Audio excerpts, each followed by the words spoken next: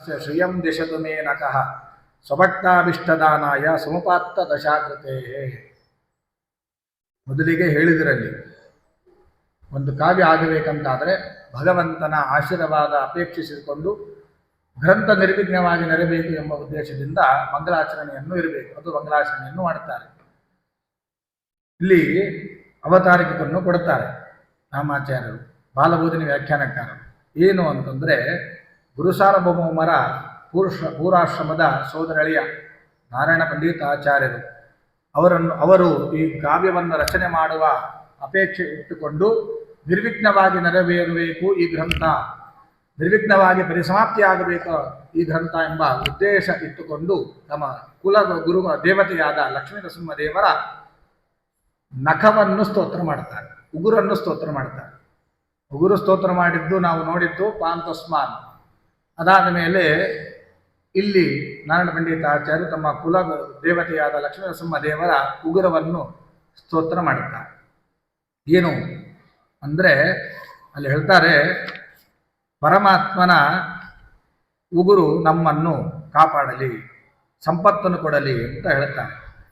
ಏನು ಅಂತಂದರೆ, ಸ್ವಭಕ್ತಾಭಿಷ್ಟದಾನಾಯ, ತನ್ನ ಭಕ್ತರಿಗೆ, ಯಾರು ಭಕ್ತರು ಸಾಕಷ್ಟು ಅಭೀಷ್ಟವನ್ನು ಇಟ್ಟುಕೊಂಡು ಪರಮಾತ್ಮನ ಹತ್ರ ಹೋಗ್ತಾರೆ, ಯಾರು ತನ್ನ ಮುಕ್ತಿಯೋಗ್ಯ ಭಕ್ತರಿಗೆ ಮೋಕ್ಷಾದಿ ಪುರುಷಾರ್ಥಗಳನ್ನು ಕೊಡುವಂತಹ ಯಾರು ಪರಮಾತ್ಮನಿದ್ದಾನೆ, ಆ ಮತ್ಸ್ಯಾದಿ ದಶಾವತಾರಗಳನ್ನು ತಾಳಿದ್ದಾನೆ ಯಾರು ಪರಮಾತ್ಮ.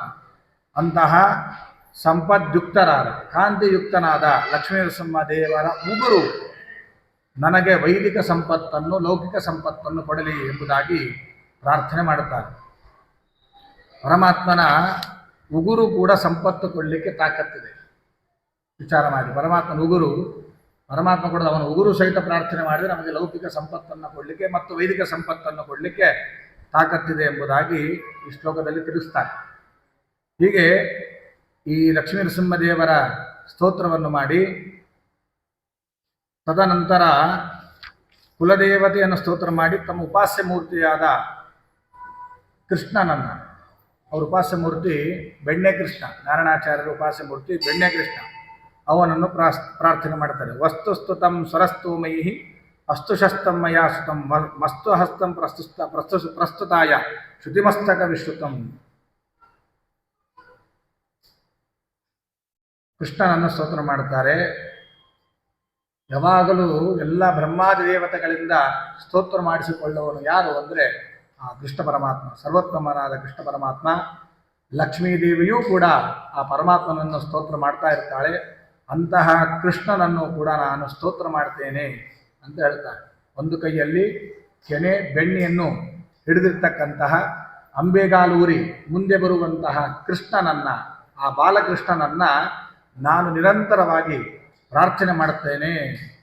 ಲೌಕಿಕ ವೈದಿಕ ಸಂಪತ್ತನ್ನು ಗ್ರಂಥದ ನಿರ್ವಿಘ್ನವಾಗಿ ಸಮಾಪ್ತಿಯಾಗುವ ಅಪೇಕ್ಷೆ ಇಟ್ಟುಕೊಂಡು ಆ ಕೃಷ್ಣನನ್ನು ನಾರಾಯಣ ಪಂಡಿತಾಚಾರ್ಯರು ಪ್ರಾರ್ಥನೆಯನ್ನು ಮಾಡಿ ಅವನು ನನ್ನನ್ನು ಕಾಪಾಡಲಿ, ಈ ಗ್ರಂಥ ಪೂರ್ಣ ಮಾಡಲಿ ಎಂಬುದಾಗಿ ಅವರ ಉಪಾಸ್ಯ ಮೂರ್ತಿಯಾದ ಕೃಷ್ಣನನ್ನೂ ಕೂಡ ಪ್ರಾರ್ಥನೆಯನ್ನು ಮಾಡ್ತಾರೆ.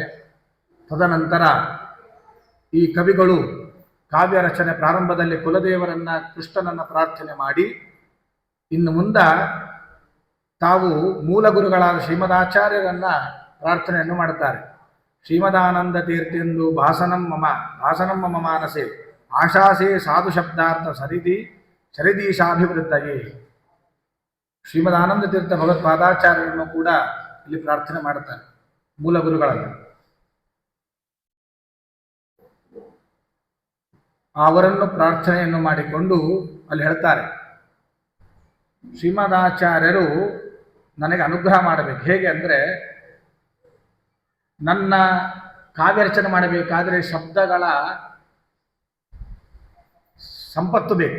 ಒಬ್ಬ ಕವಿ ಒಂದು ಕಾವ್ಯವನ್ನು ರಚನೆ ಮಾಡಬೇಕಾದ್ರೆ ಅಲ್ಲಿ ಮೊದಲೇ ಹೇಳಿದರು, ಅವನಿಗೆ ಸ್ವಾತಂತ್ರ್ಯ ಇರಬೇಕು ಅಂತ ಒಂದು ವರ್ಣನೆ ಮಾಡ್ತಾ ಹೋಗ್ತಾರೆ. ಆ ವರ್ಣನೆ ಮಾಡ್ತಾ ಹೋಗಬೇಕಾದ್ರೆ ಅವರ ಶಬ್ದಗಳ ಕೊರತೆ ಬರಬಾರದು. ಅವರು ರಚನೆ ಮಾಡ್ತಿರಬೇಕಾದ್ರೆ ಬೇಗ ಬೇಗ ಬೇಗ ಬೇಗ ಬೇಗ ಆ ಶಬ್ದಗಳು ಹೊಳಿಬೇಕು, ಅದನ್ನು ಬರಿತಾ ಹೋಗಬೇಕು. ಶ್ರೀಮದಾಚಾರ್ಯನ ಪ್ರಾರ್ಥನೆ ಮಾಡ್ತಾರೆ, ನನಗೆ ಶಬ್ದಗಳು ಮೇಲಿಂದ ಮೇಲೆ ಮೇಲಿಂದ ಮೇಲೆ ಉಕ್ಕಿ ಬರಬೇಕು. ಅದಕ್ಕೆ ಉದಾಹರಣೆ ಕೊಡ್ತಾರೆ. ಪೂರ್ಣಚಂದ್ರ ಉದಯಿಸ್ತಾ ಇರ್ತಾರೆ, ಆಗ ಸಮುದ್ರ ಉಕ್ಕಿ ಬರ್ತದೆ. ಹುಣ್ಣಿಮೆ ಬಂದಂಗೆಲ್ಲ ಸಮುದ್ರ ಉಕ್ಕಿ ಬರ್ತದೆ. ಹಾಗೆ ಪೂರ್ಣಜ್ಞಾನಾದಿ ಸಂಪದ್ಯುಕ್ತರಾದ ಆಚಾರ್ಯರ, ಶ್ರೀಮದಾಚಾರ್ಯರ ಸ್ಮರಣೆಯಿಂದ ನನ್ನ ಮನಸ್ಸಿನಲ್ಲಿ, ಅವ್ರು ಹೇಳ್ತಾರೆ, ಈ ಕಾವ್ಯ ರಚನೆ ಮಾಡಬೇಕಾದ್ರೆ ನನ್ನ ಮನಸ್ಸಿನಲ್ಲಿ ಈ ಕಾವ್ಯಕ್ಕೆ ಉಪಯುಕ್ತವಾದ ಸುಸಂಸ್ಕೃತವಾದ ಶಬ್ದಗಳು ಮೇಲಿಂದ ಮೇಲೆ ಮೇಲಿಂದ ಮೇಲೆ ಮೇಲಿಂದ ಮೇಲೆ ನನ್ನಿಂದ ಉಕ್ಕಿ ಬರಲಿ ಎಂಬುದಾಗಿ ಶ್ರೀಮದಾಚಾರ್ಯರಲ್ಲಿ ಪ್ರಾರ್ಥನೆ ಮಾಡುತ್ತಾರೆ ಈ ಕವಿಗಳು. ಕುಲದೇವರನ್ನ, ಇಷ್ಟದೇವತೆ ಕೃಷ್ಣನನ್ನ, ಶ್ರೀಮದಾಚಾರ್ಯರನ್ನ ಪ್ರಾರ್ಥನೆ ಮಾಡಿ ತದನಂತರ ಅವರು ಪ್ರಾರ್ಥನೆ ಮಾಡ್ತಾರೆ. ಈ ಸರಸ್ವತಿ ದೇವಿ, ಭಾರತೀ ದೇವಿಯನ್ನ ಪ್ರಾರ್ಥನೆ ಮಾಡ್ತಾರೆ. ಶ್ರೀರಾಘವೇಂದ್ರ ರತ್ನಾನಾಂ ರಸನಾ ರಂಗನರ್ತಕಿ ಶಾಬ್ದಾಂಬುದಿ ಶರೋಜೋಸ್ನ ಶರಣಂ ಮಮ ಶಾರದ. ಎಷ್ಟು ಅದ್ಭುತವಾಗಿ ಇಲ್ಲಿ ವರ್ಣನೆ ಮಾಡ್ತಾರೆ ನೋಡ್ರಿ. ಭಾರತೀ ದೇವಿಯನ್ನ, ಸರಸ್ವತಿಯನ್ನ ಪ್ರಾರ್ಥನೆ ಮಾಡುತ್ತಾರೆ. ಏನು ಅಂದರೆ, ಈ ಸರಸ್ವತಿ ದೇವಿ, ಭಾರತೀ ದೇವಿ ಅವರು ನರ್ತನ ಮಾಡಬೇಕಾಗಿದೆ. ಸರಸ್ವತಿ ದೇವಿ ನರ್ತನ ಮಾಡಬೇಕಾ, ರಂಗಸ್ಥಳ ಅಂತ ಇರ್ತದೆ, ಅಲ್ಲಿ ಬಂದು ನರ್ತನ ಮಾಡ್ತಾರೆ. ಅವ್ರು ಹುಡುಕಿದ್ರಂತೆ, ನಾವು ನರ್ತನ ಮಾಡಬೇಕಾಗಿದೆ, ಅದಕ್ಕೊಂದು ಸ್ಥಳ ಬೇಕು, ರಂಗಸ್ಥಳ ಅಂತ ಒಂದು ಸ್ಥಳ ಬೇಕು, ಅದು ಯಾವುದು ಅಂತ ಹುಡುಕ್ತಾ ಇರ್ತಾರಂತೆ. ಎಷ್ಟು ಹುಡುಕಿದ್ರು ಸಿಗೋದಿಲ್ಲ. ಯಾಕೆ ಅಂದರೆ ಕುಣಿಬೇಕಂದ್ರೆ ಆ ಸ್ಥಳ ಗಟ್ಟಿಯಾಗಿರ್ಬೇಕು, ಕುಸಿಬಾರ್ದು. ಅಂಥ ಸ್ಥಳ ಯಾವುದು ಅಂತ ಹುಡುಕ್ತಾ ಇರಬೇಕಾದ್ರೆ ಅವ್ರಿಗೆ ಕಾಣಿಸಿದ್ದು ಯಾವುದು ಅಂದರೆ ರಾಯರ ನಾಲಿಗೆ. ರಂಗಸ್ಥಳ ಯಾವುದು ಅಂದರೆ ಸರಸ್ವತಿ ವಿಚಾರ ಮಾಡಿದಂತೆ ಯಾವುದು ನಾನು ನರ್ತನೆ ಮಾಡಬೇಕಾದ ಸ್ಥಳ ಯಾವುದು ಅಂದರೆ ರಾಯರ ನಾಲಿಗೆ ಕಾಣಿಸ್ತಂತೆ. ಈ ನಾಲಿಗೆ ಭದ್ರವಾಗಿದೆ, ಈ ನಾಲಿಗೆ ಮೇಲೆ ನಾನು ನರ್ತನ ಮಾಡಬೇಕು. ಸರಸ್ವತಿ ದೇವಿ ಅವಳು ಬಂದು ಈ ರಾಯರ ನಾಲಿಗೆ ಮೇಲೆ ನರ್ತನೆ ಮಾಡಿದಂತೆ. ನರ್ತನೆ ಮಾಡಿದ್ಲು. ಯಾವಾಗ ಸರಸ್ವತಿ ದೇವಿ ರಾಯರ ನಾಲಿಗೆ ಮೇಲೆ ನರ್ತನ ಮಾಡಲಿಕ್ಕೆ ಪ್ರಾರಂಭ ಮಾಡಿದ್ಲೋ ಅವಾಗ ರಾಯರ ಬಾಯಿನಿಂದ, ನಾಲಿಗೆಯಿಂದ ಟೀಕಾ ಟಿಪ್ಪಣಿಗಳ ವ್ಯಾಖ್ಯಾನವೇ ಅವರ ಬಾಯಲ್ಲಿ ಬಂತಂತೆ. ಪರಿಮಳಾದಿ ಗ್ರಂಥಗಳು, ಶ್ರೀಮದಾಚಾರ್ಯರ ಗ್ರಂಥಕ್ಕೆ, ಟೀಕೆಯ ಗ್ರಂಥಕ್ಕೆ ಅವರ ವ್ಯಾಖ್ಯಾನ ಬರಲಿಕ್ಕೆ ಪ್ರಾರಂಭವಾಯಿತು. ಯಾಕೆಂದರೆ ಸಾಕ್ಷಾತ್ ಸರಸ್ವತಿ ದೇವಿಯೇ ನಾಲಿಗೆ ಮೇಲೆ ಕುಡಿತಾ ಇದ್ದಾರೆ. ಯಾರಿಗೆ ಸರಸ್ವತಿ ವಿದ್ಯೆ ಬರಬೇಕಂದ್ರೆ ಸರಸ್ವತಿಯನ್ನು ಉಪಾಸನೆ ಮಾಡ್ತೀವಿ, ಅಂಥದ್ರಲ್ಲಿ ಸಾಕ್ಷಾತ್ ಸರಸ್ವತಿ ದೇವಿಯೇ ನಾಲಿಗೆ ಮೇಲೆ ಬಂದು ನರ್ತನೆ ಮಾಡ್ತಾ ಇದ್ದಾವೆಂದರೆ ಆ ಸರಸ್ವತಿ ದೇವಿ ಆ ರಾಯರೊಳಗೆ ನಿಂತು ಎಷ್ಟು ಗ್ರಂಥಗಳ ರಚನೆ ಮಾಡಿದ್ದಾರೆ, ಅವೆಲ್ಲವೂ ರಾಯರ ನಾಲಿಗೆ ಮೇಲೆ ನಿಂತು ಆ ದೇವಿ ನುಡಿಸಿದ್ದಾರೆ. ಅಂತಹ ಸರಸ್ವತಿ ದೇವಿ ನನಗೆ ಒಳ್ಳೆಯ ಶಬ್ದಗಳ ಸ್ಫೂರ್ತಿಯನ್ನು ನೀಡಲಿ ಎಂಬುದಾಗಿ ಆ ಸರಸ್ವತಿ ದೇವಿಯನ್ನು ಪ್ರಾರ್ಥನೆ ಮಾಡುತ್ತಾರೆ. ಮುಂದೆ ಆದಿಕವಿಗಳು ಯಾರು, ತ್ರಿವಿಕ್ರಮ ಪಂಡಿತಾಚಾರ್ಯರನ್ನು ಪ್ರಾರ್ಥನೆ ಮಾಡುತ್ತಾರೆ. ಕವಿವರ್ಯರಾದ ನಾರಾಯಣ ಪಂಡಿತಾಚಾರ್ಯರು ವಾಯುಸ್ತುತಿ, ವಿಷ್ಣುಸ್ತುತಿ, ತತ್ವಪ್ರದೀಪ ಮುಂತಾದ ಕೃತಿಗಳನ್ನು ಮಾಡಿರ್ತಕ್ಕಂಥವ್ರು ಯಾರು ಅಂದರೆ ತ್ರಿವಿಕ್ರಮ ಪಂಡಿತಾಚಾರ್ಯರು. ಅವರ ಅನುಗ್ರಹವೂ ಬೇಕು ಅಂತ ಚಿಂತನೆ ಮಾಡಿಕೊಂಡು ಅವರನ್ನು ಕೂಡ ಪ್ರಾರ್ಥನೆ ಮಾಡುತ್ತಾರೆ. ಕಠಿನಾಪಿ ಕವಿಶ್ಲಾಘ್ಯ ತ್ರಿವಿಕ್ರಮ ಸರಸ್ವತಿ ಸುವರ್ಣಯೋಗ ಸಂದೃಶ್ಯ ವರಾವಜ್ರ ಮಣಿರ್ಯಥ. ಎಷ್ಟು ಪ್ರಾರ್ಥನೆ ಮಾಡ್ತಾರೆ ನೋಡ್ರಿ. ತ್ರಿವಿಕ್ರಮ ಪಂಡಿತಾಚಾರ್ಯರು ಅವರ ಮಾತುಗಳೇನಿದೆ, ತ್ರಿವಿಕ್ರಮ ಪಂಡಿತಾಚಾರ್ಯರ ಮಾತುಗಳು ಅದು ಕಠಿಣ. ಅದು ಯಾಕಂದ್ರೆ ನೋಡ್ರಿ, ಉತ್ತಪ್ತ ತೆಕ್ಕಡತ್ತ ಘಟ ಘಟ ಘಟ ಯಾರ ಅರ್ಥ ಆಗಲ್ಲ, ಬಿಡಿಸಿ ಹೇಳಿದ್ರೆ ಅರ್ಥ ಆಗ್ತದೆ. ಅವರ ಕವಿತಾ ಕೌಶಲ್ಯವಾಗಿ ಕಠಿಣ. ಒಂದು ವಜ್ರಮಣಿ ಇದೆ, ವಜ್ರಗಳ ಮಣಿ ಅದು ಬಹಳ ಕಠಿಣ, ಅದು ಭೇದ ಮಾಡ್ಲಿಕ್ಕೆ ಕಷ್ಟ. ಅದು ವಜ್ರಮಣಿ, ಅದನ್ನು ಪ್ರತ್ಯೇಕವಾಗಿ ಇಟ್ಟರೆ ಅದು ಶೋಭಾ ಆಗ್ತದೆ. ವಜ್ರಮಣಿಗಳಿವೆ, 100 ಮಣಿ ಇವೆ, ಇಲ್ಲೊಂದಿಟ್ಟೆ ನೀವು ಕೂತಲ್ಲೊಂದಿಟ್ಟರೆ ಅದು ಶೋಭಾ ಆಗ್ತದೆ ಇಲ್ಲ. ಆ ವಜ್ರಮಣಿ ಶೋಭಾ ಆಗಬೇಕಂತಾದರೆ ಏನು, ಅದಕ್ಕೆ ಒಂದಕ್ಕೊಂದು ಪೋಣಿಸ್ಬೇಕು. ಅದು ಪೋಣಿಸ್ಬೇಕಾದ್ರೆ ಅದಕ್ಕೊಂದು ಬಂಗಾರದ ತಂತಿಯೋ ಬಂಗಾರದ ಕವಚದಿಂದ ಪೋಣಿಸಿದಾಗ ಅದು ಅದ್ಭುತವಾಗಿ ಕಾಣಿಸ್ತದೆ, ಆಭರಣ ಕಾಣಿಸ್ತದೆ, ನೋಡಲಿಕ್ಕೆ ಸುಂದರವಾಗಿ ಕಾಣಿಸ್ತದೆ. ಅದನ್ನು ಪರಮಾತ್ಮನಿಗೆ ಹಾಕಿದಾಗ ಅದ್ಭುತವಾಗಿ ಶೋಭಾಯಮಾನವಾಗ್ತದೆ. ಹಾಗೆ ತ್ರಿವಿಕ್ರಮ ಪಂಡಿತಾಚಾರ್ಯರ ಮಾತು ನಮಗೆ ಅರ್ಥಜ್ಞಾನಕ್ಕೆ ಅಷ್ಟು ಸುಲಭವಲ್ಲ, ಕಠಿಣ, ಅತಿ ಕಠಿಣ ಅದು. ಆದರೆ ಅದು ಅವರ ಮಾಣಿ ಏನಿದೆಯಲ್ಲ, ಹೇಗೆ ಅದಕ್ಕೆ ವಜ್ರದ ಮುತ್ತುಗಳಿಗೆ ಬಂಗಾರದಿಂದ ಅದನ್ನು ಪೋಣಿಸಿದ ಹೇಗೆ ಅದ್ಭುತವಾಗಿ ಕಾಣಿಸುವುದೋ ಹಾಗೆ ಅವರ ಮಾತು ಅರ್ಥ ಆಗಬೇಕು ಅಂತಾದರೆ ಶಾಸ್ತ್ರಜ್ಞರಾದ ಕವಿಗಳೇ ಅವರ ಮಾತುಗಳನ್ನು ಅರ್ಥ ಮಾಡಿಕೊಳ್ಳಿಕ್ಕೆ ಸಾಧ್ಯ. ಅಂತಹ ತ್ರಿವಿಕ್ರಮ ಪಂಡಿತಾಚಾರ್ಯರು ಅವರ ವಾಣಿ ನನ್ನ ಕವಿತಾ ರಚನೆಗೆ ಸಹಾಯಕವಾಗಲಿ ಎಂಬುದಾಗಿ ಅವರನ್ನು ಕೂಡ ಸ್ತೋತ್ರ ಮಾಡುತ್ತಾರೆ. ಯಾಕಂದರೆ ತ್ರಿವಿಕ್ರಮ ಪಂಡಿತಾಚಾರ್ಯರು 5 ವರ್ಷ ಇದ್ದಾಗೆ ಅವರಿಗೆ ಉತ್ತಮವಾದ ಪಾಂಡಿತ್ಯ ಇತ್ತು. ಅದಕ್ಕೊಂದು ಹೇಳ್ತಾರೆ, ಆ ತ್ರಿವಿಕ್ರಮ ಪಂಡಿತಾಚಾರ್ಯ 5 ವರ್ಷ ಇದ್ದಾಗ ಅವರ ಮನೆಗೆ ಒಬ್ಬ ಸನ್ಯಾಸಿ ಭಿಕ್ಷೆ ಬೇಡಲಿಕ್ಕೆ ಬಂದಿದ್ದಂತೆ. ಭಿಕ್ಷೆ ಬೇಡಲಿಕ್ಕೆ ಬಂದಾಗ ಭಿಕ್ಷೆ ಕೊಡು ಅಂತ ಕೇಳಿದ್ರಂತೆ. ಈಗ ಭಿಕ್ಷೆ ನಮ್ಮ ಮನೆಗಿಲ್ಲ, ನೀನು ಮುಂದೆ ಹೋಗಂತ ಹೇಳಬೇಕು. ಹೆಂಗೆ ಹೇಳ್ಬೇಕು? ಅವ್ರು ನೋಡ್ರಿ, ಏಕ ಕ್ಷಪಣಕ ಶಾಖಾ ಹರ್ತ ಅತ್ರ ಕ್ಷಪಣಕ ದಶಶಾಖಾ ಶಾಖಾ ಯತ್ರ ಕ್ಷಪಣಕ ದಶಶಾಖಾ ತತ್ರ ಕ್ಷಪಣಕ ಶಾಖಾ ಶಾಖಾ ಅಂತ ಒಂದು ಶ್ಲೋಕ ರಚನೆ ಮಾಡಿ ಹೇಳ್ತಾರೆ. ಎದುರಿಗಿದ್ದು ನಮಗೇನು ಅರ್ಥ ಆಗ್ತದೆ? ಆ ಸನ್ಯಾಸಿ ಖುಷಿಪಟ್ಟ, ನೀನು ಭಿಕ್ಷೆ ಹಾಕಲಿಲ್ಲ ಒಂದು ಚಿಂತಿಲ್ಲಪ್ಪ, ನಿನ್ನ ಕವಿತಾ ಪಾಂಡಿತ್ಯ ನೋಡಿ ಖುಷಿ ಆಯ್ತು ನನಗೆ ಅಂತ ಹೇಳಿ ಆಶೀರ್ವಾದ ಮಾಡಿ ಹೋದ. ಏನಿದು? ಏಕ ಕ್ಷಪಣಕ ಶಾಖಾಹರ್ತ. ಏನು ಹೇಳಿದ್ರಂತ ಅವರು, ನಮ್ಮ ಮನೆಯಲ್ಲಿ ಒಬ್ಬನೇ ದುಡಿಯೋರು, 10 ಮಂದಿ ಕೂತು ತಿನ್ನೋರು ಹೇಳಿದಂತೆ. ಅತ್ರ ಕ್ಷಪಣಕ ದಶಶಾಖಾ ಶಾಖಾ, ನಮ್ಮ ಮನೆಯೊಳಗೆ ಒಬ್ಬರು ದುಡಿಯೋರು, 10 ಮಂದಿ ಕೂತು ಊಟ ಮಾಡೋರು. ಯತ್ರ ಕ್ಷಪಣಕ ದಶಶಾಖಾ ಶಾಖಾ, ಎಲ್ಲಿ 10 ಮಂದಿ ಎಲ್ಲರೂ ದುಡಿದು ಇರೋರು ಇರ್ತಾರೋ ಅಲ್ಲಿ ಹೋಗಿ ನೀನು ಕೇಳಬೇಕು. ತತ್ರ ಕ್ಷಪಣಕ ಶಾಖಾ ಶಾಖಾ, ಸಾಕಷ್ಟು ಜನ ಸಂಪತ್ತಿದ್ದವರು ಅವರಲ್ಲಿ ಮನೆಯೊಳಗೆ ಎಲ್ಲರೂ ದುಡಿಯೋರು ಇದ್ರೆ ಅಲ್ಲಿ ಹೋಗಿ ನೀನು ಕೇಳಿದಾಗ ಅವ್ರು ಹಾಕ್ತಾರೆ. ನಾನು ನಮ್ಮ ಮನೆಯೊಳಗೆ ಒಬ್ಬರು ದುಡಿಯೋರು 10 ಮಂದಿ ಕೂತು ತಿನ್ನೋರು, ಮುಂದಕ್ಕೆ ಹೋಗು ಅಂತ ಹೇಳಲಾರ್ದು ಈ ಶ್ಲೋಕ ಹೇಳಿದ್ರು.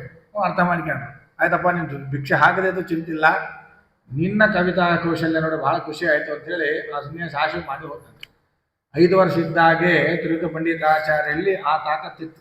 ಅಂತಹ ತ್ರಿವಿಕ್ರಮ ಪಂಡಿತಾಚಾರ್ಯರು ನಾನು ಈ ಕಾವ್ಯವನ್ನು ರಚನೆ ಮಾಡಲಿಕ್ಕೆ ಅನುಗ್ರಹ ಮಾಡಲಿ ಅಂತ ಪ್ರಾರ್ಥನೆ ಮಾಡ್ತಾರೆ. ಪ್ರಾರ್ಥನೆ ಮಾಡಿ ತದನಂತರ ನಾರಾಯಣ ಪಂಡಿತಾಚಾರ್ಯರನ್ನು ಕೂಡ ಪ್ರಾರ್ಥನೆ ಮಾಡ್ತಾರೆ. ಸುಮಧ್ವಿಜಯವನ್ನು ರಚನೆ ಮಾಡಿರ್ತಕ್ಕಂತಹ ನಾರಾಯಣ ಪಂಡಿತಾಚಾರ್ಯರು, ಶ್ರೀಮದಾಚಾರ್ಯರ ಚರಿತ್ರೆಯನ್ನು ನಮಗೆ ತಿಳಿಸಿಕೊಟ್ಟಿರ್ತಕ್ಕಂಥ ಮಹಾಜ್ಞಾನಿಗಳು, ನಿರ್ಮಾತೃಗಳು, ಕವಿ ಶಿರೋಮಣಿಗಳು, ಅವರನ್ನು ಕೂಡ ಪ್ರಾರ್ಥನೆ ಮಾಡ್ತಾರೆ. ವಾಣಿ ಪಾಣಿ ತಲಾಸಕ್ತ ವೀಣಾರವ ವಿಡಂಬಿನಿ ನಾನಾ ಪ್ರಬಂಧ ಚತುರ ಭಾತಿ ನಾರಾಯಣಾರ್ಗಿ, ಅವರಿಗೆ ಪ್ರಾರ್ಥನೆ ಮಾಡ್ತಾರೆ. ಶ್ರೀಮದಾನಂದ ತೀರ್ಥ ಭಗವತ್ಪಾದಾಚಾರ್ಯರ ಗೃಹಸ್ಥಾಶ್ರಮ ಶಿಷ್ಯರಲ್ಲಿ ಅಗ್ರಗಣ್ಯರಾದವರು ತ್ರಿವಿಕ್ರಮ ಪಂಡಿತಾಚಾರ್ಯರು. ತ್ರಿವಿಕ್ರಮ ಪಂಡಿತಾಚಾರ್ಯರ ಸುಪುತ್ರರೇ ಈ ನಾರಾಯಣ ಪಂಡಿತಾಚಾರ್ಯರು. ಇವರು ನಾರಾಯಣ ಪಂಡಿತಾಚಾರ್ಯರು, ರಾಘವೇಂದ್ರ ವಿಜಯದ ಕವಿಗಳು ನಾರಾಯಣ ಪಂಡಿತಾಚಾರ್ಯ, ಅವರು ತ್ರಿವಿಕ್ರಮ ಪಂಡಿತಾಚಾರ್ಯ ಸುತರು. ಇವರು ರಾಯರ ಸೋದರಳಿಯ, ಪೂರಾಶ್ರಮದ ಸೋದರಳಿಯ ನಾರಾಯಣ ಪಂಡಿತಾಚಾರ್ಯ, ಅವರನ್ನು ಕೂಡ ಪ್ರಾರ್ಥನೆ ಮಾಡುತ್ತಾರೆ. ಅವರು ಗುರುವಿಜಯ ಸುಮಧ್ವಿಜಯವನ್ನು ರಚನೆ ಮಾಡಿರ್ತಕ್ಕಂಥ ಆದಿಕವಿಗಳು. ಅದು ಆದ್ಯ ಕಾವ್ಯ ಎಂಬುದಾಗಿ ಪ್ರಸಿದ್ಧವಾಗಿರ್ತಕ್ಕಂಥದ್ದು. ಸಂಗ್ರಹ ರಾಮಾಯಣ ಮತ್ತು ಪಾರಿಜಾತಾಹರಣ ಮುಂತಾದವುಗಳನ್ನೆಲ್ಲ ರಚನೆ ಮಾಡಿರ್ತಕ್ಕಂತಹ ಮಹಾಜ್ಞಾನಿಗಳು. ಅವರನ್ನು ಕೂಡ ಪ್ರಾರ್ಥನೆ ಮಾಡ್ತಾರೆ.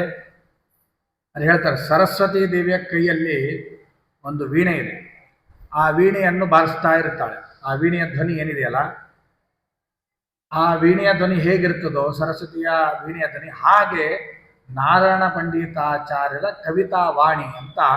ಆ ಕವಿತಾ ವಾಣಿಯನ್ನು ಯಾರಿಗೆ ಹೋಲಿಸ್ತಾರೆ? ಸರಸ್ವತೀ ದೇವಿಯ ಕೈಯಲ್ಲಿರುವ ವೀಣೆಯ ಶಬ್ದಕ್ಕೆ. ಅಂದರೆ ನಾರಾಯಣ ಪಂಡಿತಾಚಾರ್ಯರ ಕವಿತ್ವ ಹೇಗಿತ್ತು, ಅವರ ಪಾಂಡಿತ್ಯ ಹೇಗಿತ್ತು ವಿಚಾರ ಮಾಡಲಿ. ಅಂತಹ ನಾರಾಯಣ ಪಂಡಿತಾಚಾರ್ಯರ ಕವಿತಾವಾಣಿ ಅವರು ಕೂಡ ನನಗೆ ಈ ಕಾವ್ಯವನ್ನು ರಚನೆ ಮಾಡಲಿಕ್ಕೆ ಅನುಗ್ರಹ ಮಾಡಲಿ ಎಂಬುದಾಗಿ ಪ್ರಾರ್ಥನೆ ಮಾಡ್ತಾರೆ. ಮೊಟ್ಟ ಮೊದಲು ಒಂದು 10-15 ಶ್ಲೋಕ ಎಲ್ಲರನ್ನೂ ಸ್ಮರಣೆ ಮಾಡ್ತಾ ಹೋಗ್ತಾರೆ. ತದನಂತರ ಮಧ್ವ ಸಿದ್ಧಾಂತಕ್ಕೆ ಮೇರುಕೃತಿಗಳಾಗಿರ್ತಕ್ಕಂಥದ್ದು ತಾತ್ಪರ್ಯ ಚಂದ್ರಿಕಾ, ತರ್ಕ ತಾಂಡವ, ನ್ಯಾಯಾಮೃತ, ಇದನ್ನು ರಚನೆ ಮಾಡಿಕೊಟ್ಟವರು ಯಾರು? ವ್ಯಾಸರಾಜಗುರು ಸಾರ್ವಭೌಮರು. ಅವರನ್ನು ಕೂಡ ಇವರು ಸ್ಮರಣೆ ಮಾಡ್ತಾರೆ. ಯಾಕೆಂದರೆ ಈ ಏನು 3 ಗ್ರಂಥ ಇದೆಯಲ್ಲ, ಯಾರು ಇದನ್ನು ರಚನೆ ಓದ್ತಾರೋ, ವ್ಯಾಸರಾಜರು ಏನು ರಚನೆ ಮಾಡಿ ಕೊಟ್ಟಿದ್ದಾರೋ, ತರ್ಕತಾಂಡವ, ತಾತ್ಪರ್ಯ ಚಂದ್ರಿಕಾ, ನ್ಯಾಯಾಮೃತ, ಇದನ್ನು ಯಾರು ಓದ್ತಾರೋ ಅವರಿಗೆ ಜಯ ಎಂಬುದಿದೆ. ಇವರು ಹೇಳ್ತಾರೆ, ಅವರ ಅನುಗ್ರಹದಿಂದ ನನ್ನ ಕಾವ್ಯವನ್ನು ಓದುವವರೆಗೂ ಜಯ ಸಿಗಲಿ ಎಂಬ ಅನುಸಂಧಾನ ಇಟ್ಟುಕೊಂಡು ಅವರನ್ನು ಪ್ರಾರ್ಥನೆ ಮಾಡುತ್ತಾರೆ. ವೃಂದಾರವನ ಮಂದಾರ ಮಕರಂದ ಸಹೋದರಿ ವಿಶ್ರುತಾ ವಿಜಯಂ ದದ್ಯಾತ್ ವ್ಯಾಸತೀರ್ಥಾರ್ಯ ಭಾರತಿ. ಅವ್ರಿಗೆ ಪ್ರಾರ್ಥನೆ ಮಾಡ್ತಾರೆ, ವ್ಯಾಸರಾಜರ ವಾಣಿಯನ್ನು ಅವರೇನು ಮೇರುಕೃತಿಯನ್ನು ರಚನೆ ಮಾಡಿಕೊಟ್ಟಿದ್ದಾರೋ, ಅವರ ಗ್ರಂಥವನ್ನು ಓದುವುದರಿಂದ, ಪಠಣ ಮಾಡುವುದರಿಂದ ಜಯಪ್ರದ ಸಿಗ್ತದೋ ಅಂತಹ ವ್ಯಾಸರಾಜ ಗುರು ಸಾರ್ವಭೌಮರ ವಾಣಿ ಕೂಡ ನನಗೆ ಜಯವನ್ನು ತಂದುಕೊಳ್ಳಿ. ಅವರ ಅನುಗ್ರಹದಿಂದ ಈ ಕಾವ್ಯವನ್ನು ಯಾರು ಓದ್ತಾರೋ ಅವರಿಗೂ ಕೂಡ ಜಯ ಸಿಗಲಿ ಎಂಬ ಉದ್ದೇಶದಿಂದ ಅವರನ್ನು ಕೂಡ ಸ್ಮರಣೆಯನ್ನು ಮಾಡಿ ಪ್ರಾರ್ಥನೆಯನ್ನು ಮಾಡುತ್ತಾರೆ. ಅಲ್ಲಿ ಒಂದು ಹೋಲಿಸ್ತಾರೆ, ವ್ಯಾಸರಾಜ ಗುರು ಸಾರ್ವಭೌಮರ ಗ್ರಂಥದ ವಾಣಿ ಹೇಗೆ. ಈ ಕವಿಗಳಲ್ಲ, ಒಂದೊಂದೊಂದಕ್ಕೆ ಅವರು ಕವಿತಾ ಸಾಮರ್ಥ್ಯದಿಂದ ನಮಗೆ ಅದನ್ನು ಹೊಂದಿಸ್ತಾ ಹೋಗ್ತಾರೆ. ವ್ಯಾಸರಾಜ ಗುರು ಸಾರ್ವಭೌಮರ ವಾಣಿ ಅಂತದ್ದು ಅಂದರೆ, ದೇವವೃಕ್ಷ ಯಾವುದು? ಮಂದಾರ ಪುಷ್ಪ. ಆ ಮಂದಾರ ಪುಷ್ಪದ ಮಕರಂದ ಅದ್ಭುತವಾಗಿರ್ತದೆ, ರಸ. ಇದು ಸರ್ವೇ ಸಾಮಾನ್ಯ, ನಾವು ಎಲ್ಲ ಜೇನುನೊಣಗಳು ಆಯಾ ಹೂವಿಂದ ಎಲ್ಲ ಮಕರಂದ ತೆಗೆದುಕೊಂಡು ಬಂದು ಜೇನುತುಪ್ಪ ಮಾಡಿಕೊಡ್ತದೆ, ತಿನ್ನಲಿಕ್ಕೆ ಅಷ್ಟು ರುಚಿಯಾಗಿರ್ತದೆ. ಅಂದಮೇಲೆ ದೇವವೃಕ್ಷ ಮಂದಾರ ಪುಷ್ಪ, ಆ ಮಂದಾರ ಪುಷ್ಪದ ರಸ ಹೇಗಿರ್ತದೆ, ಅದರ ಮಕರಂದ ಅದ್ಭುತವಾಗಿರ್ತದೆ, ಮಧುರವಾಗಿರ್ತದೆ. ಅದರಂತೆ ಜರಾಮರಣ ಅದು ಆ ಪುಷ್ಪದ ಮಕರಂದ. ಅಂತಹ ಮಕರಂದಕ್ಕೆ ವ್ಯಾಸರಾಜ ಗುರು ಸಾರ್ವಭೌಮರ ವಾಣಿಯನ್ನು ಹೋಲಿಸ್ತಾರೆ. ವ್ಯಾಸರಾಜ ಗುರು ಸಾರ್ವಭೌಮರ ತಾತ್ಪರ್ಯ ಚಂದ್ರಿಕಾ, ನ್ಯಾಯಾಮೃತ, ತರ್ಕತಾಂಡವ ವಾಣಿ ದೇವವೃಕ್ಷದ ಮಂದಾರ ಪುಷ್ಪ ಮಕರಂದಕ್ಕೆ ಹೋಲುವಂಥದ್ದು ಅಂತ ಇವರು ಅದ್ಭುತವಾಗಿ ಇಲ್ಲಿ ವರ್ಣನೆ ಮಾಡುತ್ತಾರೆ. ಅಂತಹ ವಾಣಿ ವ್ಯಾಸರಾಜ ಗುರು ಸಾರ್ವಭೌಮರ ವಾಣಿ ನನಗೆ ವಿಜಯವನ್ನು ಕೊಡಲಿ ಎಂಬುದಾಗಿ ಈ ನಾರಾಯಣ ಪಂಡಿತಾಚಾರ್ಯರು ಪ್ರಾರ್ಥನೆಯನ್ನು ಮಾಡಿ ಮುಂದೆ ಚತುಷ್ಷಷ್ಠಿ ಕಲಾ ನಿಪುಣರು ವಿಜೇಂದ್ರ ಗುರು ಸಾರ್ವಭೌಮರ ಸ್ಮರಣೆಯನ್ನು ಮಾಡುತ್ತಾರೆ. ಇವರು ರಾಯರ ಪರಮಗುರುಗಳು, ಅವರನ್ನು ಕೂಡ ಪ್ರಾರ್ಥನೆಯನ್ನು ಮಾಡುತ್ತಾರೆ. ಈ ರಾಘವೇಂದ್ರ ವಿಜಯ ಗ್ರಂಥ ಪ್ರತಿಪಾದ್ಯರಾಗಿರ್ತಕ್ಕಂಥ ರಾಯರು ಅವರ ಪರಮಗುರುಗಳು. ವಿಜೇಂದ್ರ ಗುರು ಸಾರ್ವಭೌಮರು 64 ವಿದ್ಯೆಗಳಲ್ಲಿ ಪ್ರವೀಣರಾಗಿರ್ತಕ್ಕಂಥವರು ವಿಜೇಂದ್ರ ತೀರ್ಥ ಗುರು ಸಾರ್ವಭೌಮರು. ಅವರ ಅನುಗ್ರಹ ಅವಶ್ಯಕವಾಗಿದೆ ಎಂಬುದಾಗಿ ತಿಳಿದು ಅವರನ್ನು ಕೂಡ ಪ್ರಾರ್ಥನೆ ಮಾಡ್ತಾರೆ. ಚತುಷ್ಷಷ್ಠಿ ಕಲಾವಿದ್ಯಾ ಜುಷೇ ವಿದ್ವನ್ ಮಹೋಮುಷೆ ಜಯೀಂದ್ರ ಜ್ಯೋತಿಷೇ ಕುರ್ಯಾಂ ವಂದನಾನಿ ಯಶೋಜುಷೇ. ವಿಜೇಂದ್ರ ತೀರ್ಥ ಗುರು ಸಾರ್ವಭೌಮರು ವ್ಯಾಸರಾಜರ ವಿದ್ಯಾಶಿಷ್ಯ.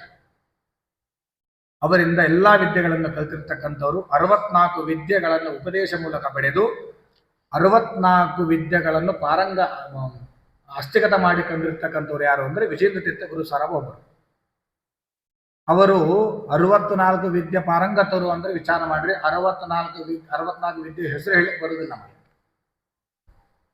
ಅವರು ಗ್ರಂಥ ಬರೀ ಅಷ್ಟರೊಳಗೆ ಅವರು ಪಾಂಡಿತ್ಯ ಅಲ್ಲ, ಅವರು 100 ಗ್ರಂಥಗಳನ್ನು ರಚನೆ ಮಾಡಿದ್ದಾರೆ. ಒಂದು ಕಾಲದಲ್ಲಿತ್ತು ವಿಜೇಂದ್ರ ತೀರ್ಥ ಗುರು ಸಾರ್ವಭೌಮರ ರಚನೆ ಮಾಡಿದ ಗ್ರಂಥಗಳನ್ನು ಹೆಸರು ಹೇಳಿದರೆ ಸಾಕು ಅವನು ಪಂಡಿತ ಅಂತಿದ್ರು. ಅಂತಹ ಗುರು ಸಾರ್ವಭೌಮರು ವಿಜೇಂದ್ರ ತೀರ್ಥ ಗುರು ಸಾರ್ವಭೌಮರು. ಅವರನ್ನು ಸ್ಮರಣೆ ಮಾಡ್ತಾರೆ. ಯಾಕೆಂದರೆ ಅವರ ಹೆಸರು ಹೇಳಿದರೆ ಜಯ, ಕಟ್ಟಿಟ್ಟ ಬುತ್ತಿ ಅಂತ ಇತಿಹಾಸ. ಅವರು ಅವರ ಸ್ಮರಣೆ ಬಂದಿದೆ, ಅವರ ಒಂದು ಮಹಿಮೆ ಹೇಳಿ ಮುಂದಕ್ಕೆ ಹೋಗ್ತಾರೆ. ವಿಜೇಂದ್ರ ತೀರ್ಥ ಗುರು ಸಾರ್ವಭೌಮರು 64 ವಿದ್ಯೆಯಲ್ಲಿ ನಿಪುಣವರು. ಯಾವುದೇ ವಿದ್ಯೆಯಲ್ಲಿ ಅವರ ಹತ್ರ ಬಂದು ಪಂದ್ಯಕ್ಕೆ ಬಂದರೆ ಸೋಲ್ತಿದ್ರು. ವಾದದಲ್ಲಿ ಬಂದು ಸೋಲ್ತಿದ್ರು, ಚಿತ್ರಕಲೆಯಲ್ಲಿ ಬಂದರೂ ಸೋಲ್ತಿದ್ರು, ಶಿಲ್ಪಿ ಶಾಸ್ತ್ರಜ್ಞರು ಬಂದರೂ ಸೋಲ್ತಿದ್ರು. ಯಾಕಂದ್ರೆ ಎಷ್ಟೋ ಮೂರ್ತಿಗಳನ್ನು ತಮ್ಮ ಕೈಯಿಂದ ರಚನೆ ಮಾಡಿ ಇಟ್ಟಿದ್ದಾರೆ. ಈಗೂ ಅಲ್ಲಿ ಕಾಣುತ್ತದೆ ಕುಂಭಕೋಣಕ್ಕೆ ಹೋದರೆ. ಅವರು ಆರಾಧನೆಯ ಸಂದರ್ಭದಲ್ಲಿ ಶ್ರೀಪಾದಂಗಳು ಅದನ್ನೆಲ್ಲ ಮೂರ್ತಿಗಳನ್ನು ತೆಗೆದು ಅಭಿಷೇಕ ಮಾಡಿ ಪೂಜೆ ಮಾಡ್ತಾರೆ. ಹಾಗೆ ಒಬ್ಬ ಈ ದೊಂಬರಾಟ ಆಡೋನು ಬರ್ತಾನೆ. ಈ ಹಗ್ಗ ಅಲ್ಲಿಂದ ಇಲ್ಲಿಂದ ಇಲ್ಲೊಂದು ಕಂಬ ಅಲ್ಲೊಂದು ಕಂಬ ಕಟ್ಟಿ ನಡುವ ಹಗ್ಗ ಇಟ್ಟು ಅದರ ನಡೀತಾನೆ. ಅವನೊಂದು ಏನೋ ವಿದ್ಯೆ ಅವರು. ಈ ಸನ್ಯಾಸಿಗಳು ಏನು ಮಾಡ್ತಾರೆ, ನಾನು ಇವರು ಸೋಲಿಸ್ತೀನಿ ಅಂತ ಬಂದಂತೆ ವಿಜೇಂದ್ರ ತೀರ್ಥ ಶ್ರೀಪಾದಂಗಳವರು ಬಂದು, ನಾನು ಈ ಹಗ್ಗದ ಮೇಲೆ ನಡೀತೀನಿ, ನೀವು ನಡೀತೀರಾ? ಆಯ್ತು, ನೀವು ನಡೆಯಪ್ಪ, ನಾನು ನಡೀತೀನಿ. ಅವನು ಹಗ್ಗದ ಮೇಲೆ ಕಂಬವನ್ನು ಕಟ್ಟಿ ಹಗ್ಗದ ಮೇಲೆ ನಡೆದ. ನೆಕ್ಸ್ಟ್ ಈ ಗುರುಗಳ ಇವ್ರು ನಡಿಬೇಕು. ನೆಕ್ಸ್ಟ್ ಇವರ ಬಂತು ಪಂದ್ಯ. ಇವರು ಹಗ್ಗದ ಮೇಲೆ ನಡೆದ, ಎಲ್ಲಿ ಭೂಮಿ ಮೇಲೆ ಅಲ್ಲೊಂದು ಕಂಬ ಕಟ್ಟಿ. ಇವ್ರು ಹೇಳಿದ್ರು, ಅಲ್ಲಿ ನೀವು ಕುಂಭಕೋಣ ಹೋದವ್ರಿಗೆ ಗೊತ್ತಾಗ್ತದೆ, ಸಾರಂಗಪಾಣಿ ದೇವಾಲಯ ಇದೆ, ಮುಂದೊಂದು ಸರೋವರ, ಈ ಕಡೆ ಕುಂಬೇಶ್ವರ ದೇವಸ್ಥಾನ. ಆ ಎರಡೂ ದೇವಸ್ಥಾನದ ಶಿಖರಕ್ಕೆ ಬಾಳೆ ನಾರು ಕಟ್ಟಿಸಿದಂತೆ. ನಾರು ಹೇಗಿರ್ತದೆ ನೋಡಿರ್ತೇನೆ, ಎಷ್ಟು ತಳ್ಳಗಿರ್ತದೆ. ಆ ಎರಡೂ ಶಿಖರದ ಮೂಲೆಗೆ ನಾರನ್ನು ಕಟ್ಟಿಸಿ ವಿಜೇಂದ್ರ ತೀರ್ಥ ಗುರು ಸಾರ್ವಭೌಮರು ಅವನ ಹಗ್ಗದ ಮೇಲೆ ನಡೆದರೆ ಅದು ಭೂಮಿಯ ಕಂಬಕ್ಕೆ, ಇವರು ಎರಡೂ ಶಿಖರದ ಮೇಲೆ ನಾರನ್ನು ಕಟ್ಟಿಸಿ ಅದರ ಮೇಲೆ ನಡೆದು ತೋರಿಸ್ತಾರೆ. ಅಂತಹ ಪಾಂಡಿತ್ಯವರಲ್ಲಿ. ಆದರೆ ಇವನು ಅದನ್ನು ನೋಡಿ ದಿಗ್ಭ್ರಾಂತನಾದ. ಸ್ವಾಮಿ, ನಾನು ಏನೋ ತಿಳಿದಿದ್ದೆ ನಿಮ್ಮನ್ನ, ಹಗ್ಗದ ಮೇಲೆ ನಡೆಯೋದೇ ಕಷ್ಟ, ನೀವು ನಾರಿನ ಮೇಲೆ, ಅದು ಎರಡೂ ದೇವಸ್ಥಾನದ ಶಿಖರದ ಮೇಲೆ ನಡೆದಿದ್ದೀರಿ ಎಂದು ಸಾಷ್ಟಾಂಗ ಹಾಕಿ ನಾನು ಸೋತೆ ಅಂತ ಒಪ್ಪಿಕೊಂಡ. ಹೀಗೆ ಅವರ ಚರಿತ್ರೆ ಕೇಳಿದರೆ ಮೈ ರೋಮಾಂಚನ. ಅಂತಹ ಗುರು ಸಾರ್ವಭೌಮರು ರಾಯರ ಪರಮಗುರುಗಳು. ಅವರನ್ನು ಕೂಡ ಈ ಕವಿಗಳು ಸ್ಮರಣೆ ಮಾಡುತ್ತಾರೆ. ವಿಜೇಂದ್ರ ತೀರ್ಥ ಗುರು ಸಾರ್ವಭೌಮರು ಮಿಂಚಿನಂತಹ ಪ್ರಕಾಶ ಅವರದು. ಅವರು ತಮ್ಮ ತೇಜಸ್ಸಿನಿಂದ ಎಷ್ಟೋ ಜನರನ್ನ ಪ್ರತಿವಾದದಲ್ಲಿ ವಾದಿಗಳನ್ನು ಸೋಲಿಸಿದ್ದಾರೆ. ಅಂತಹ ವಿಜೇಂದ್ರ ತೀರ್ಥ ಗುರು ಸಾರ್ವಭೌಮರ ನಾನು ಸ್ಮರಣೆ ಮಾಡುತ್ತೇನೆ. ನನ್ನ ಈ ಗ್ರಂಥ ನಿರ್ವಿಘ್ನವಾಗಿ ನೆರವೇರಲಿ ಎಂಬುದಾಗಿ 1000 ನಮನಗಳನ್ನು ಈ ಕವಿಗಳು ಅವರಿಗೆ ಸಮರ್ಪಣೆಯನ್ನು ಮಾಡಿ ಅವರನ್ನು ನಮಸ್ಕಾರವನ್ನು ಮಾಡಿ ಮುಂದಕ್ಕೆ ಹೋಗ್ತಾರೆ. ತದನಂತರ ರಾಯರ ಗುರುಗಳನ್ನು ಸ್ಮರಣೆ ಮಾಡ್ತಾರೆ. ಆಶ್ರಮ ಗುರುಗಳು ಸುಧೀಂದ್ರ ತೀರ್ಥರನ್ನ, ರಾಯರನ್ನು ಜಗತ್ತಿಗೆ ಕೊಟ್ಟಿರುವಂಥ ಮಹಾನುಭಾವರು ಸುಧೀಂದ್ರ ತೀರ್ಥ ಶ್ರೀಪಾದಂಗಳು. ಅವರೇನು ಸಾಮಾನ್ಯದವರಲ್ಲ. ಅವರು ಸಾಕ್ಷಾತ್ ರಾಯರನ್ನು ಜಗತ್ತಿಗೆ ಕೊಡುವುದಲ್ಲದೇನೆ ಗದ್ಯ ಪದ್ಯಾತ್ಮಕವಾದ ಸಾಕಷ್ಟು ಗ್ರಂಥಗಳನ್ನು ರಚನೆ ಮಾಡಿ ಜಗತ್ತಿಗೆ ಕೊಟ್ಟಿದ್ದಾರೆ ಸುಧೀಂದ್ರ ತೀರ್ಥ ಶ್ರೀಪಾದಂಗಳು. ಅವರ ಅನುಗ್ರಹಕ್ಕಾಗಿ ಅವರಿಗೂ ಕೂಡ ನಮಸ್ಕಾರ ಮಾಡುತ್ತಾರೆ. ಸುಧೀಂದ್ರ ಯೋಗಿನಂ ಸೇವೆ ಸಾಧು ಸಾತ್ವತ ಸಂಪದಂ ಸಗದ್ಯ ಪದ್ಯ ನಿರ್ಮಾಣ ವಿದ್ಯಾಯಾ ಪರಮಂ ಪದಂ. ಸುಧೀಂದ್ರ ತೀರ್ಥ ಶ್ರೀಪಾದಂಗಳವರು ಮೂಲರಾಮಚಂದ್ರ ದೇವರ ಸೇವೆಗಾಗಿ ಬಂದಿರುವಂತಹ ಸಂಪತ್ತನ್ನ ಜನರಿಗೆ ಎಲ್ಲರಿಗೆ ಹಂಚಿದ್ದಾರೆ. ನೀವು ಸಾಕಷ್ಟು ಲೌಕಿಕ ಸಂಪತ್ತನ್ನು ಹಂಚಿದ್ದಷ್ಟೇ ಅಲ್ಲ, ವಿದ್ಯಾ ಸಂಪತ್ತನ್ನು ಕೂಡ ಹಂಚಿದ್ದಾರೆ. ಹೇಗೆ ಅಂದರೆ ಇದೆ, ಈ ಗದ್ಯ ಪದ್ಯಾತ್ಮಕವಾದ ಗ್ರಂಥಗಳನ್ನು ರಚನೆ ಮಾಡಿ ಜಗತ್ತಿಗೆ ಕೊಟ್ಟಿದ್ದಾರೆ. ವ್ಯಾಸರಾಜಾಭ್ಯುದಯ, ವೈರಾಗ್ಯ ತರಂಗಾದಿ ಕಾವ್ಯಗಳು, ವಿಜೇಂದ್ರ ಗದ್ಯ, ಸುಭದ್ರಾ ಪರಿಣಯ, ಅಲಂಕಾರ ಮಂಜರಿ, ಸಾಹಿತ್ಯ ಸಾಮ್ರಾಜ್ಯ, ಈ ರೀತಿಯಾಗಿ ಸಾಕಷ್ಟು ಗ್ರಂಥಗಳನ್ನು ಅವರು ಅಲಂಕಾರ ಶಾಸ್ತ್ರಗಳನ್ನು ಜಗತ್ತಿಗೆ ಕೊಟ್ಟಿದ್ದಾರೆ. ಸಾಕಷ್ಟು ಗ್ರಂಥಗಳನ್ನು ರಚನೆ ಮಾಡಿ ವೈದಿಕ ಸಂಪತ್ತನ್ನು ಕೂಡ ಕೊಟ್ಟಿದ್ದಾರೆ. ಲೌಕಿಕ ಸಂಪತ್ತನ್ನು ಕೂಡ ಸಾಕಷ್ಟು ದಾನ ಧರ್ಮಾದಿಗಳನ್ನು ಮಾಡಿದ್ದಾರೆ. ಹೀಗೆ ಅದ್ಭುತವಾದ ಪಾಂಡಿತ್ಯವುಳ್ಳವರು ಸುಧೀಂದ್ರ ತೀರ್ಥ ಶ್ರೀಪಾದಂಗಳವರು. ಅವರನ್ನು ಕೂಡ ನಾನು ಇಲ್ಲಿ ನಮಸ್ಕರಿಸ್ತೇನೆ ಎಂಬುದಾಗಿ ಭಕ್ತಿಪೂರ್ವಕವಾಗಿ ಈ ಕವಿಗಳು ಅವರನ್ನು ಕೂಡ ನಮಸ್ಕಾರವನ್ನು ಮಾಡಿ, ಈಗ ಪ್ರಧಾನವಾಗಿ ಈ ಗ್ರಂಥದ ನಾಯಕರಾದ ರಾಯರನ್ನ ನಮಸ್ಕಾರ ಮಾಡುತ್ತಾರೆ. ಶ್ರೀಮತೋ ರಾಘವೇಂದ್ರಸ್ಯ ನಮಾಮಿ ಪದಂ ಮುಂಕಜೆ ಕಾಮಿತಾಶೇಷ ಕಲ್ಯಾಣ ಕಲನಾ ಕಲ್ಪಪಾದಪು. ಕವಿಗಳು ತಾವು ಏನು ಗ್ರಂಥ ರಚನೆ ಮಾಡ್ತಾ ಇದ್ದಾರೆ, ಆ ಗ್ರಂಥದ ನಾಯಕರಾದ ರಾಯರ ಗುರು ಸಾರ್ವಭೌಮರ ಪರಮಾನುಗ್ರಹ ಪ್ರಾರ್ಥನೆ ಬೇಕು ಅವರಿಗೆ, ಅವರ ಅನುಗ್ರಹ ಬೇಕು. ಅದನ್ನು ಭಕ್ತಿಯಿಂದ 3 ಶ್ಲೋಕಗಳನ್ನು ರಚನೆ ಮಾಡಿ ರಾಯರನ್ನು ಪ್ರಾರ್ಥನೆ ಮಾಡ್ತಾರೆ, ನಮಸ್ಕಾರ ಮಾಡುತ್ತಾರೆ. ಶ್ರೀಮತೋ ರಾಘವೇಂದ್ರಸ್ಯ ನಮಾಮಿ ಪದ ಪಂಕಜೆ ಕಾಮಿತಾಶೇಷ ಕಲ್ಯಾಣ ಕಲನಾ ಕಲ್ಪಪಾದಪೌ. ರಾಘವೇಂದ್ರ ಗುರು ಸಾರ್ವಭೌಮರ ಭ್ರಮರು ಜ್ಞಾನ ಭಕ್ತಿ ವೈರಾಗ್ಯ, ಇದರಿಂದ ಇಷ್ಟೇ 3 ಅಲ್ಲ, ಮುಂತಾದವುಗಳಿಂದ ಕಲ್ಯಾಣ ಗುಣಶಾಲಿಗಳು. ಅವರ ಪಾದದ್ವಯ, ಅವರ ಏನು ಪಾದದ್ವಯ ಇದೆ, ಅರಳಿದ ತಾವರೆ ಹೂವುಗಳಂತೆ ಇವೆ.